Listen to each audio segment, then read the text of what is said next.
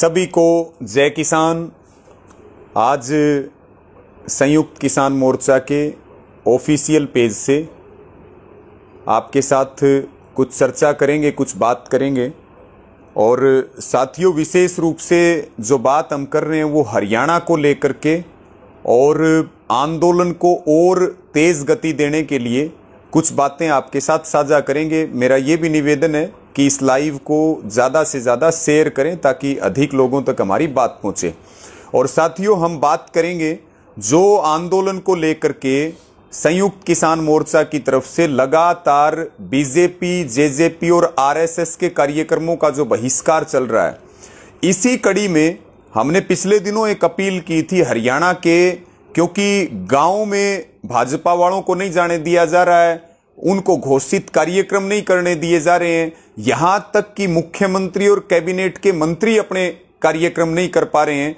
तो अब बीजेपी और जेजेपी ने एक नई योजना हरियाणा में शुरू की है शिक्षण संस्थाओं में राजनीतिक कार्यक्रम करने की। आप देखिए कि महामारी का नाम लेकर के एक तरफ कॉलेज और यूनिवर्सिटीज को बंद किया गया और दूसरी तरफ उन्हीं कॉलेजेस और यूनिवर्सिटीज के अंदर बीजेपी और जेजेपी लगातार अपने राजनीतिक कार्यक्रम करने की तरफ आगे बढ़ रही है। और साथियों, ऐसा ही हुआ पिछले दिनों हिसार के गुरु जंबेश्वर विश्वविद्यालय में, भिवानी के चौधरी बंसीलाल यूनिवर्सिटी के अंदर और सिरसा में चौधरी देवीलाल यूनिवर्सिटी के अंदर। और सबसे बड़ी बात है कि पूर्व की तरह इन शिक्षण संस्थाओं के कार्यक्रमों का भी हमारे युवाओं ने और हमारे किसानों ने, माताओं बहनों ने जोरदार विरोध करने का काम किया, शांतिप्रिय तरीके से विरोध किया। साथियों, अब आगामी 5 अगस्त को रोहतक में जो महर्षि दयानंद विश्वविद्यालय है, वहां पे जो जननायक जनता पार्टी है, जिन्होंने हरियाणा को बेचने का काम किया, हरियाणा के सम्मान को बेचने का काम किया, चौधरी देवीलाल की आत्मा के साथ छलावा करने का काम किया, और वो किसान विरोधी होकर के और बीजेपी की गोदी में जाकर के बैठ गए। उसी जननायक जनता पार्टी का एक स्टूडेंट ऑर्गेनाइजेशन है इनसो, और वो ये कार्यक्रम रोहतक के महर्षि दयानंद यूनिवर्सिटी में उसका स्थापना दिवस मना रहे हैं। और हमने पिछले दिनों भी एक अपील की थी कि किसान तो विरोध कर ही रहे हैं, हर वर्ग विरोध कर रहा, लेकिन जो ये शिक्षण संस्थाएं जो भाजपा और जेजेपी का अड्डा बनाने की तैयारी है, इसमें हमारा सहयोग करें। हरियाणा के जितने स्टूडेंट ऑर्गेनाइजेशन हैं, जितने छात्र संगठन हैं, जितने छात्र नेता हैं, उनसे हमने अपील की थी कि वो आगे अगर कोई भी कार्यक्रम बीजेपी जेजेपी शिक्षण संस्थाओं में रखती है तो वो जोरदार विरोध करें और वो एकत्रित होकर के इन संस्थाओं को बचाने के लिए लड़ें साथियों। क्योंकि आपसे पहले की पीढ़ियां भी वहां पढ़ी हैं, आप भी वहां अपने जीवन को बनाने के लिए पढ़ाई कर रहे, आने वाली पीढ़ियां भी पढ़ेंगी। तो मुद्दा यह है, क्योंकि यह आंदोलन अब केवल बिल वापसी का नहीं रहा, केवल एमएसपी का नहीं रहा, अब यह आंदोलन देश को बचाने का आंदोलन है। तो जितनी स्टूडेंट ऑर्गेनाइजेशन है, सरकारी स्टूडेंट ऑर्गेनाइजेशन को छोड़ करके, उनसे सबसे निवेदन है कि 5 अगस्त को इनसो जो अपना स्थापना दिवस एमडीयू रोहतक के अंदर मना रही है, उसका सभी वहां यूनिवर्सिटी के जितने स्टूडेंट लीडर हैं, जितने स्टूडेंट ऑर्गेनाइजेशन हैं, उनसे हमारी आंदोलन की ओर से प्रार्थना है, निवेदन भी है कि वो अपनी जिम्मेदारी को समझते हुए इस कार्यक्रम का जोरदार विरोध करें और संगठित होकर के लड़ेंगे तो निश्चित तौर पर वहां कार्यक्रम नहीं हो सकता। एक तो यह निवेदन है। दूसरा साथियों, हमारे साथियों ने तय किया, जितने वहां हमारे संगठन है, खापे हैं, टोलों पे धरने चल रहे हैं, उनकी तरफ से भी विरोध होगा। और उस विरोध के लिए जो एमडीयू का मेन गेट है, वहां सुबह 10 बजे 5 अगस्त को बड़ी संख्या में, चाहे वो मेम का एरिया हो, रोहतक का हो, आसपास के जिलों का हो, हमारी सबसे प्रार्थना है कि सब इकट्ठे हों और काले झंडों के साथ इकट्ठे हों और शांति प्रिय तरीके से 5 तारीख के राजनीतिक कार्यक्रम का जोरदार विरोध करें। यह सबसे प्रार्थना। मैं पुनः यह निवेदन करता हूं स्टूडेंट ऑर्गेनाइजेशन से, हमारे छात्र नेताओं से और सभी हमारे युवाओं और किसानों से कि 5 तारीख के इस राजनीतिक कार्यक्रम का जोरदार विरोध करें। ये वही पार्टी है, ये वही छात्र संगठन है जिन्होंने छात्रों को वोट के नाम पर उनके भविष्य को बेचने का काम किया, हरियाणा के साथ खिलवाड़ किया और वो किसान विरोधी साबित हो चुके हैं, वो मजदूर विरोधी साबित हो चुके हैं, युवा विरोधी साबित हो चुके हैं, लोकतंत्र और संविधान विरोधी साबित हो चुके हैं। साथियों, इसी के साथ में मेरा एक और निवेदन है हरियाणा से। 26 जनवरी को सरकार ने एक कोशिश की थी तिरंगे के नाम पे आंदोलन को बदनाम करने के लिए, और उसी प्रकार से अब एक कोशिश की गई, तिरंगा यात्रा बीजेपी निकाल रही है। और मोर्चे ने निर्णय लिया, क्योंकि हम बीजेपी की साजिश को पहले समझते हैं, समय से पहले समझा, इसलिए तिरंगा यात्रा के विरोध का ऐलान नहीं हुआ कि हम तिरंगा यात्रा का विरोध नहीं करेंगे, और यह भी स्पष्ट किया कि बाकी कार्यक्रमों का पहले की तरह विरोध जारी रहेगा, गांव बंदी और घोषित कार्यक्रमों का जोरदार विरोध करेंगे, लेकिन तिरंगा यात्रा का विरोध नहीं करेंगे।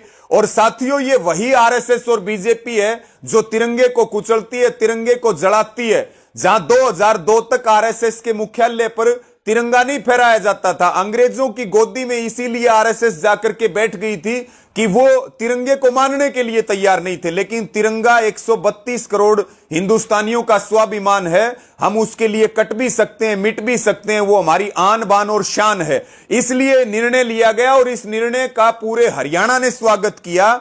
लेकिन जो इनकी यात्रा निकल रही, तिरंगा यात्रा, अलग अलग 14 अगस्त तक ये अलग अलग हरियाणा में विधानसभाओं में निकाल रहे, तो मैं हरियाणा में सबसे अपील करूंगा कि आप अपने गांव में पंचायतें करें, अपने चौपालों में पंचायतें करें, क्योंकि ये वही लोग हैं जो शहीद किसानों के ऊपर हंसते हैं और फर्जी राष्ट्रवाद के नाम पर देश को ठगते और लूटते हैं। तो ये शुरुआत भी हुई हरियाणा के विभिन्न गांवों में, आप देखेंगे पंचायतें हो रही हैं और वो प्रस्ताव पारित कर रहे हैं कि हमारी तरफ से, हमारे गांव की तरफ से कोई भी ट्रैक्टर, कोई भी युवा और कोई भी किसान बीजेपी की इस तिरंगा यात्रा में शामिल नहीं होगा।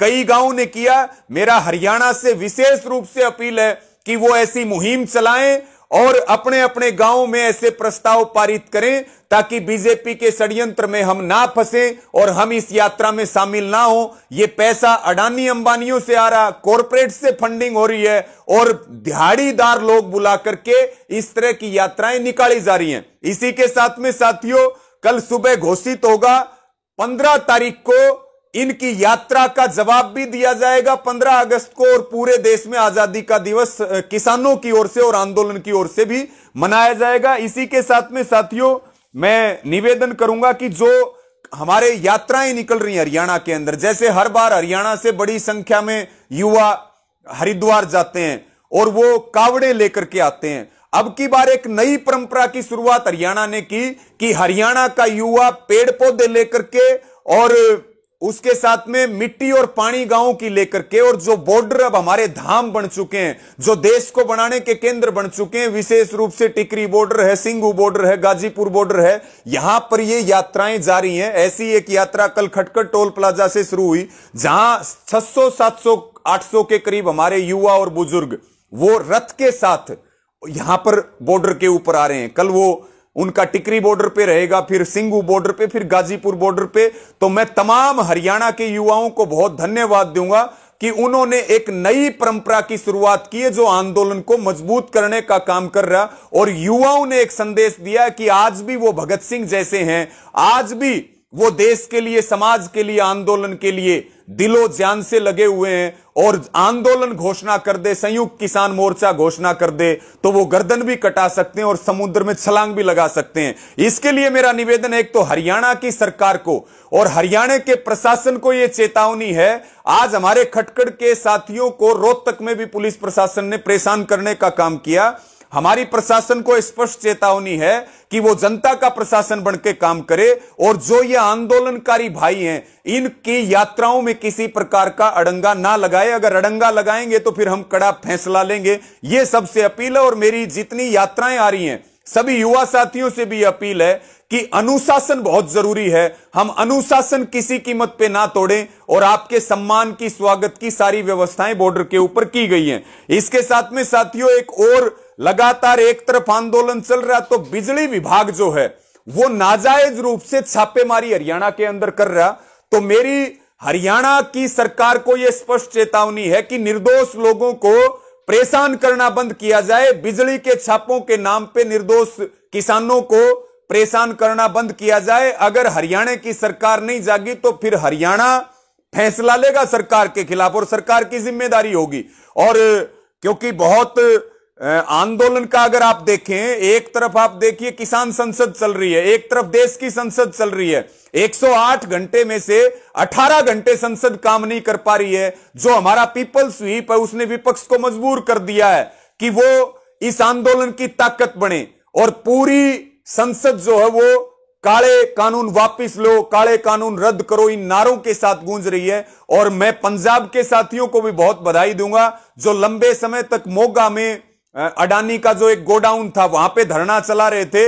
ये एक बहुत बड़ी जीत है कि वो अडानी का जो गोडाउन है वो अडानी ग्रुप को बंद करने की घोषणा करनी पड़ी है। इसके लिए दिल से सैल्यूट है, ये हमारी आंदोलन की एक बहुत बड़ी जीत और ताकत है साथियों। और अंतिम बात, क्योंकि हरियाणा में एक तो बारिश ज्यादा हुई है और दूसरा कई जगह ड्रेन टूटी हैं, कई जगह नहरें टूटी हैं, फसल का खराबा पूरे हरियाणा में बहुत बड़े स्तर पे हुआ है। तो इसको लेकर के भी हम चिंतित हैं और इसके ऊपर सभी साथियों से यह निवेदन है कि अपने अपने नायब तहसीलदार को, एसडीएम और डीसी को जरूर मुआवजे और क्लेम के लिए प्रदर्शन करते हुए ज्ञापन दें, क्योंकि जहां जहां से सूचनाएं आ रही हैं बड़े स्तर के ऊपर जल भराव के कारण फसलें खराब हुई हैं। और साथियों कल दोपहर 12 बजे आंदोलन की आगामी रणनीति प्रेस कॉन्फ्रेंस के माध्यम से संयुक्त किसान मोर्चा की ओर से आप सबके बीच में रखी जाएगी। मैं अंत में यही बात कहना चाहूंगा कि ये सिर जोड़ने का आंदोलन है, सिर फोड़ने का आंदोलन नहीं है, ये हौसलों का आंदोलन है, ये हथियारों का आंदोलन नहीं है। जीत हमारी हो चुकी है, बस ऐलान बाकी है। हम जीत करके घर लौटेंगे। आप पूरे अनुशासन के साथ और पूरी ताकत के साथ आंदोलन लड़े, हम जीतेंगे और देश की तकदीर और तस्वीर बदलेगी और ये आंदोलन आने वाली पीढ़ियों का भविष्य तय करेगा। आप पूरी ताकत के साथ काम करें। आपके संघर्ष को दिल से सैल्यूट करते हुए आप सबको बहुत बहुत धन्यवाद। जय किसान।